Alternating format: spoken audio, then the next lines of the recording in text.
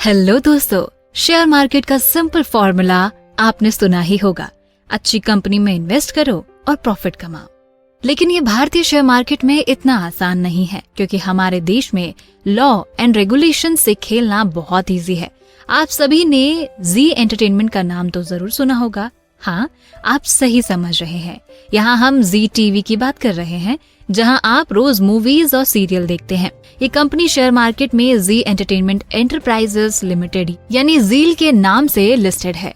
इस कंपनी में पिछले 5 सालों से बड़ी ही सरप्राइजिंग चीजें हो रही हैं। सबसे सरप्राइजिंग बात तो ये है कि जी एंटरटेनमेंट के शेयर की प्राइस साल 2018-19 में 600 रुपए हुआ करती थी, लेकिन इस साल 2023 तक ये गिरकर 185 रुपए के करीब आ गई है।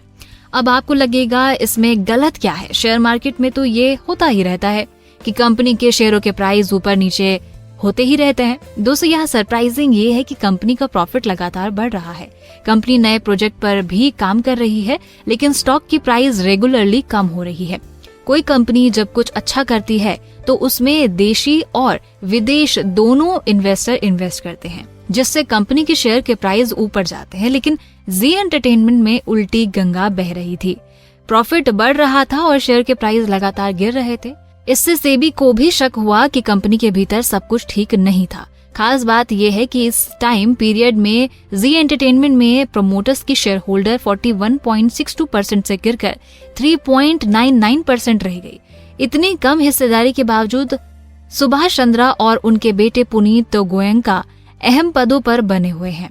तो दोस्तों, आज के वीडियो में हम जानेंगे कि किस तरह जी एंटरटेनमेंट के मालिक सुभाष चंद्रा और उनके बेटे पुनीत गोयनका के कारण जी एंटरटेनमेंट में इन्वेस्ट करने वाले लोगों के भारी नुकसान उठाना पड़ा, और ये भी जानेंगे कि शेयर मार्केट में इन्वेस्ट करते टाइम हमें किन बातों पर ध्यान रखना चाहिए ताकि हम नुकसान से बच सके। इसलिए वीडियो को पूरा देखिए। साथ ही अगर आप शेयर मार्केट में पैसा इन्वेस्ट करना चाहते हैं और अगर अभी तक आपके पास डीमैट अकाउंट नहीं है तो डिस्क्रिप्शन में दिए हुए लिंक से आज ही अपना डीमैट अकाउंट ओपन करें। तो चलिए दोस्तों, शुरू करते हैं। दोस्तों, हम जी एंटरटेनमेंट में हुई गड़बड़ी की बात करें उससे पहले हमें इस कंपनी को खड़ा करने वाले सुभाष चंद्रा के बारे में जान लेना चाहिए। सुभाष चंद्रा मूलतः हरियाणा के रहने वाले हैं। उनका जन्म 30 नवंबर 1950 को हरियाणा के हिसार जिले में हुआ था। बचपन से उन्हें पढ़ाई में बहुत रुचि नहीं थी और 12वीं के बाद उन्होंने पढ़ाई छोड़ दी। लेकिन बिजनेस घराने से होने के कारण बिजनेस में उनका दिमाग बहुत चलता था और बिजनेस में उन्होंने खुद को साबित करके भी दिखाया। महज 19 साल की एज में सुभाष चंद्रा ने फूड ऑयल बनाने की यूनिट लगाई और फिर चावल एक्सपोर्ट के बिजनेस में आ गए। 1981 में उन्होंने पैकेजिंग कंपनी बनाने का ख्याल आया और फिर इसमें लगातार आगे बढ़ते रहे। सुभाष चंद्रा का बिजनेस बढ़ रहा था और फिर उन्होंने अपनी लाइफ का एक अहम फैसला लिया, ब्रॉडकास्टिंग के बिजनेस में उतरने का फैसला। 2 अक्टूबर 1992 को उन्होंने जी टीवी के नाम से भारत का पहला प्राइवेट सैटेलाइट चैनल शुरू किया और फिर एसएल ग्रुप ने एक के बाद एक कई चैनल स्टैब्लिश कर लिए। साल 2000 में केबल से इंटरनेट कनेक्शन देने और 2003 में डीटीएच सर्विसेज देने वाली पहली कंपनी बन गई। आज ये ग्रुप काफी बड़ा हो चुका है। दोस्तों, अब ये जानते हैं कि सुभाष चंद्रा और उनकी कंपनी पर किस तरह के आरोप लगे हैं। इसकी शुरुआत होती है नवंबर 2019 में, जब जी एंटरटेनमेंट के 2 इंडिपेंडेंट डायरेक्टर सुनील कुमार और निहारिका वोहरा अचानक से अपना रिजाइन डाल देते हैं। इन दोनों ने अपने रेजिग्नेशन लेटर में जील के प्रमोटर सुभाष चंद्रा और उनके बेटे पुनीत गोयनका पर कुछ आरोप लगाए, जिसमें सबसे बड़ा आरोप ये लगाया गया कि दोनों कंपनी के फंड को खुद के फायदे के लिए इस्तेमाल कर रहे हैं। यह आरोप जब मीडिया के सामने आए तो सेबी भी हरकत में आई और उसने अपनी इन्वेस्टिगेशन शुरू की। इस इन्वेस्टिगेशन में सेबी को जो पता चला उसने हर किसी को हैरान कर दिया। हाल ही में सेबी ने इस पूरी इरेगुलरिटी को चार्ट बनाकर समझाया। आइए हम भी इसे आसान तरीके से समझते हैं। सुभाष चंद्रा और उनके परिवार के पास करीब 8 कंपनियां हैं, जिसमें जील केवल एक ही कंपनी है जो कि शेयर मार्केट में लिस्टेड है, यानी पब्लिक सेक्टर की कंपनी है, और बाकी के 7 कंपनियां प्राइवेट है जिन पर सुभाष चंद्रा और उनके परिवार का अधिकार है। सुभाष चंद्रा अपनी एक private company SL group mobility के लिए यस बैंक में 200 करोड़ के लोन के लिए अप्लाई करते हैं। यस बैंक इस बड़े लोन के लिए चंद्रा से कुछ गिरवी रखने के लिए कहता है। इस पर सुभाष चंद्रा ने बैंक से कहा कि उनके बैंक में उनके पब्लिक कंपनी जील के 200 करोड़ की एफडी यानी फिक्स डिपॉजिट है। अगर एसएल ग्रुप मोबिलिटी लोन नहीं चुका पाती है तो वो इस एफडी का इस्तेमाल अपने लोन को रिकवर करने के लिए कर सकता है।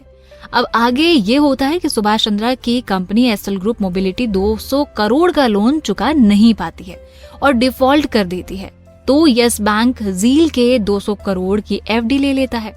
सेबी की जांच के अनुसार चंद्रा ने 4 सितंबर 2018 को एसएल ग्रुप मोबिलिटी पर 200 करोड़ रुपए लोन बकाया के लिए लेटर ऑफ कंफर्ट यानी एलओसी जारी किया।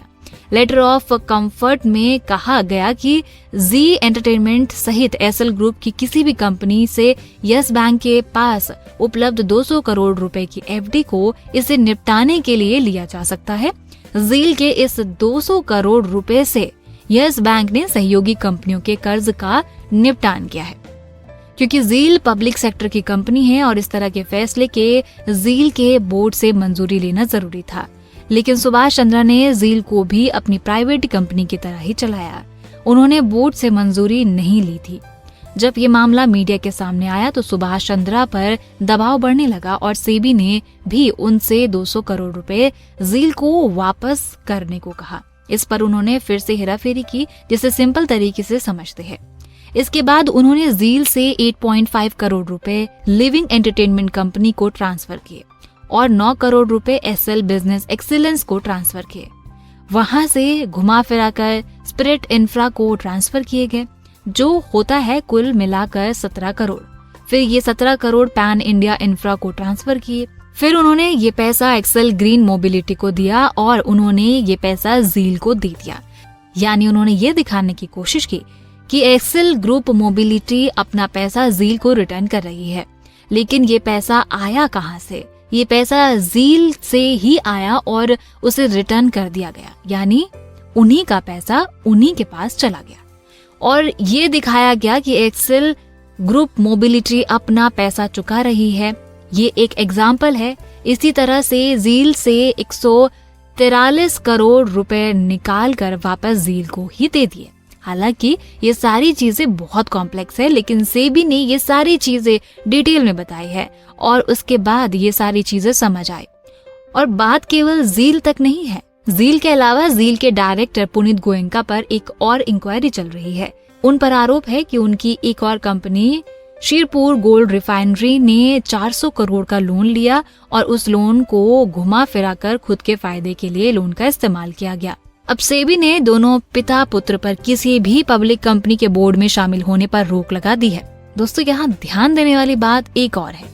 जील के प्रमोटर सुभाष चंद्रा और उनके परिवार ने कंपनी में अपनी हिस्सेदारी बहुत कम कर ली है। जब कंपनी के प्रमोटर कंपनी के शेयरों का बड़ा हिस्सा बेचने लग जाते हैं तो इसका मतलब ये है कि कंपनी में कुछ गड़बड़ चल रही है, जिससे कंपनी की वैल्यू आने वाले टाइम में घट सकती है। जी एंटरटेनमेंट में प्रमोटर्स की शेयर होल्डिंग 41.62 से गिरकर 3.99 रह गई। जी एंटरटेनमेंट में गड़बड़ी की खबरें 2019 से ही बाहर आने लग गई, लेकिन मोस्टली इन्वेस्टर एक खबर के आधार पर इसमें इन्वेस्ट कर रहे थे। जी एंटरटेनमेंट ने सोनी के साथ मर्जर के लिए 2021 में हस्ताक्षर किए थे, जिसके बाद लग रहा था कि कंपनी दुनिया की सबसे बड़ी एंटरटेनमेंट कंपनी बन सकती है। लेकिन पिछले 3 सालों से ये मर्जर भी ठंडे बस्ते में है और जिस तरह की खबरें बाहर निकल कर आई हैं, उससे जी एंटरटेनमेंट की साख पर और भट्टा लग गया है। तो दोस्तों, आज के वीडियो का सबक यही है, कोई कंपनी कितनी भी अच्छी हो, अगर कंपनी का मैनेजमेंट सही नहीं है, ईमानदार नहीं है, तो इन्वेस्टर्स को कभी प्रॉफिट नहीं होगा। तो दोस्तों, बाकी की बातें टू बी कंटिन्यूड। ये स्टोरी आपको कैसी लगी हमें कमेंट करके जरूर बताइए। साथ ही अगर आप शेयर मार्केट में पैसा इन्वेस्ट करना चाहते हैं और अभी तक आपके पास डीमैट अकाउंट नहीं है या बहुत ज्यादा ब्रोकरेज से आप परेशान हैं, तो देश के सबसे अच्छे, बड़े और भरोसेमंद ब्रोकरेज फर्म ज़ीरोधा, अपस्टॉक्स और एंजल ब्रोकिंग का लिंक इस वीडियो के डिस्क्रिप्शन में है। आज ही अपना डीमैट अकाउंट ओपन करें, जहां पर आपका ब्रोकरेज मैक्सिमम 20 रुपए ही लगेगा। इतनी चीपेस्ट ब्रोकरेज रेट और सेफ्टी और कहीं नहीं मिलेगी।